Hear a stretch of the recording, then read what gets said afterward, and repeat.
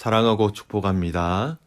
오늘도 우리 주님의 은혜와 사랑을 함께 경험하며 체험하는 복된 날이 되시기를 주님의 이름으로 축복합니다. 오늘은 거룩한 신부라는 제목으로 함께 말씀을 나누고자 합니다. 본문은 시편 45편 1절에서 17절까지의 말씀입니다. 내 마음이 좋은 말로 왕을 위하여 지은 것을 말하리니 내 혀는 글솜씨가 뛰어난 서기관의 붓끝과 같도다. 왕은 사람들보다 아름다워 은혜를 입술에 머금니 그러므로 하나님이 왕에게 영원히 복을 주시도다. 용서여 칼을 허리에 차고 왕의 영화와 위엄을 입으소서. 왕은 진리와 온유와 공의를 위하여 왕의 위엄을 세우시고 병거에 오르소서. 왕의 오른손이 왕에게 놀라운 일을 가르치리다. 왕의 활살은 날카로워 왕의 원수의 염통을 뚫으니 만민이 왕의 앞에 엎드려지는도다.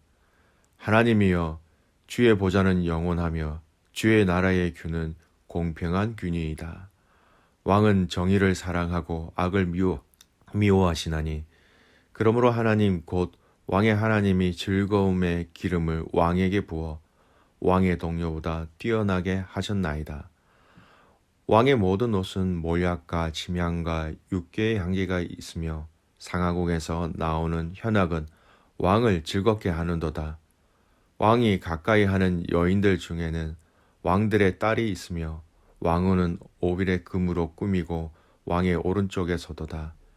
딸이여, 듣고 보고 귀를 기울일지어다. 네 백성과 네 아버지의 집을 잊어버릴지어다. 그리하면 왕이 내 아름다움을 사모하실지라. 그는 내 주인이시니 너는 그를 경배할지어다. 두레의 딸은 예물을 드리고 백성 중 부한 자도 네 얼굴 보기를 원하리로다.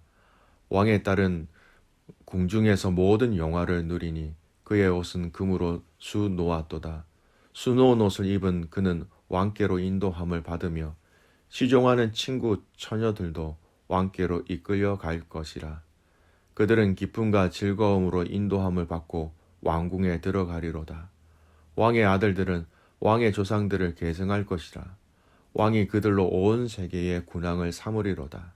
내가 왕의 이름을 만세에 기억하게 하리니 그러므로 만민이 왕을 영원히 찬송하리로다. 아멘. 오늘부터 시편의 말씀을 묵상하게 됩니다. 특별히 시편 45편 말씀은요, 하나님이 세우신 그 왕의 결혼에 바치는 백성들의 그 축하의 내용으로 되어 있습니다. 큰 구조를 보면요, 1절에서 7절까지는 결혼식에 나선 왕께 대한 찬양과 축복의 기도이고요. 또 8절에서 15절은 결혼식의 아름다움을 묘사하고요. 또 신부를 향한 권면이 들어가 있습니다.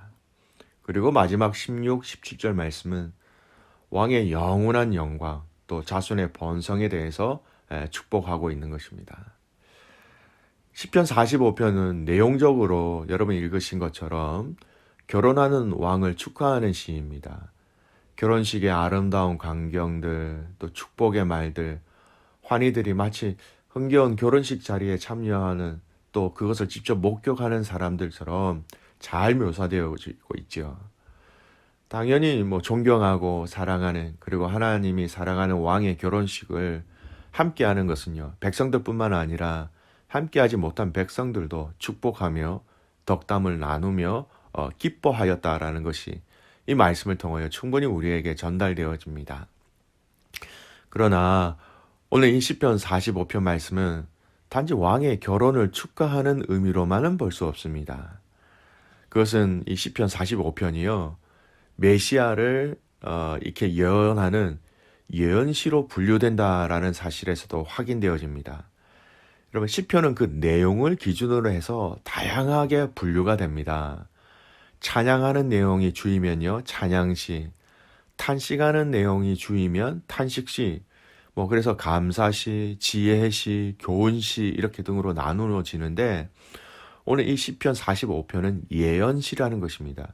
여러분, 다른 사람의 예언이 아니라 메시아에 대한 예언의 말씀이 있을 때, 그것이 주일 때 예언시다라는 것이죠.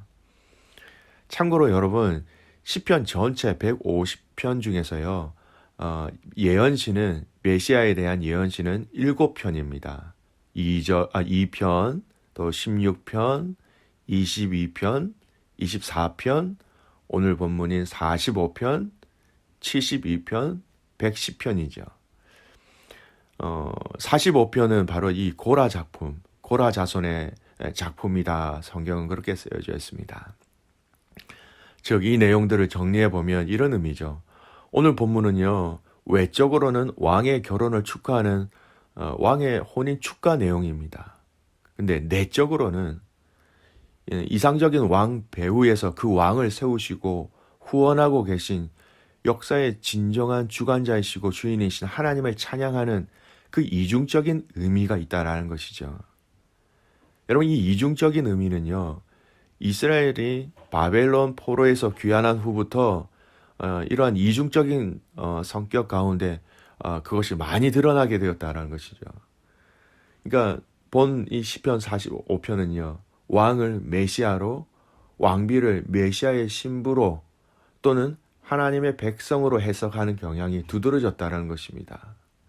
더 나아가서 신약시대 히브리서 기자는 오늘 이 말씀, 특별히 6절, 7절 말씀을 통해서 왕의 위엄과 존귀를 영화로우신 우리 예수님의 신성과 인성으로 잘 비견하고 있는 것입니다. 그래서 시편 45편 말씀은 메시아의 위엄, 메시아와 결합한 교회의 영광뿐만 아니라 이것이 더 나아가서 신랑 되신 예수와 신부인 성도의 천국 혼인잔치를 예표적으로 보여주는 그런 메시아의 말씀, 예언의 말씀이라는 것입니다. 특별히 여러분 7절 말씀 보세요.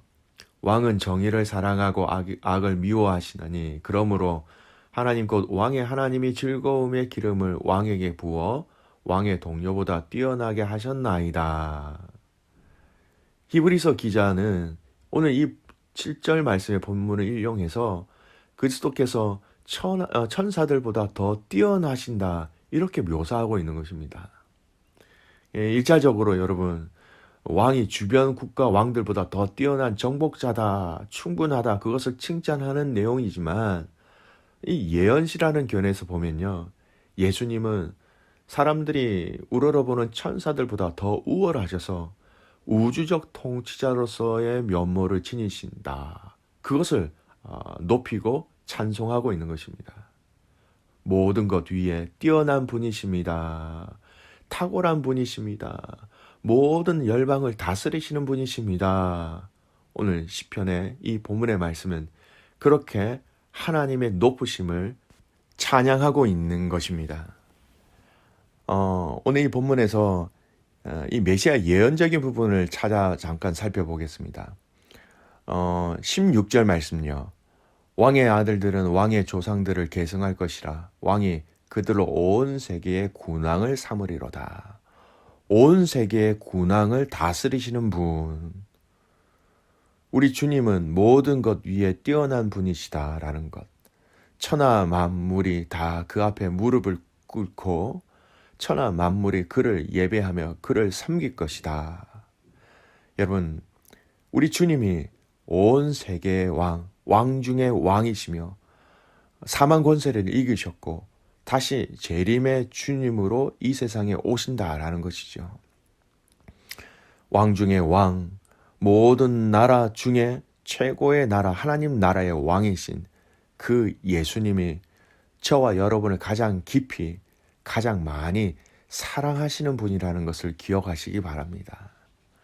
또 한 가지, 오늘 이 시편 45편의 예언적인 부분들을 살펴보겠습니다. 8절인데요. 왕의 모든 옷은 모략과 침향과 육개의 향기가 있으며, 이렇게 얘기합니다. 내용으로 보면 왕의 아름다움을 묘사하는 본문이죠. 좋은 향료로 치장하였던 것입니다. 여기서 이 몰약으로 번역된 것은요, 여러분 잘 아시는 것처럼 모르나는 나무 껍질로부터 스며 나오는 아라비아산 수지로 만든 것인데요, 의복이나 사람 몸의 향료로 사용되었습니다. 제사나 결혼식 등 특별한 목적이 있을 때에 사용되었죠. 매우 비싼 향품이었습니다. 그래서 귀한 선물로 인식되었고 때로는 이것이 약재로 사용되기도 했어요. 침향은 백단나무에서 뽑아낸 향기 나는 물질인데요. 이 향료는 특별히 편안한 잠자리를 위해서 침대 주위에 뿌리기도 했고 특별히 결혼식 때 신랑과 신부를 위해서 많이 사용했던 향료입니다. 또 이 침향은 시체를 썩지 않게 하는 작용이 있었기 때문에 미이라를 만들 때에도 사용되었지요.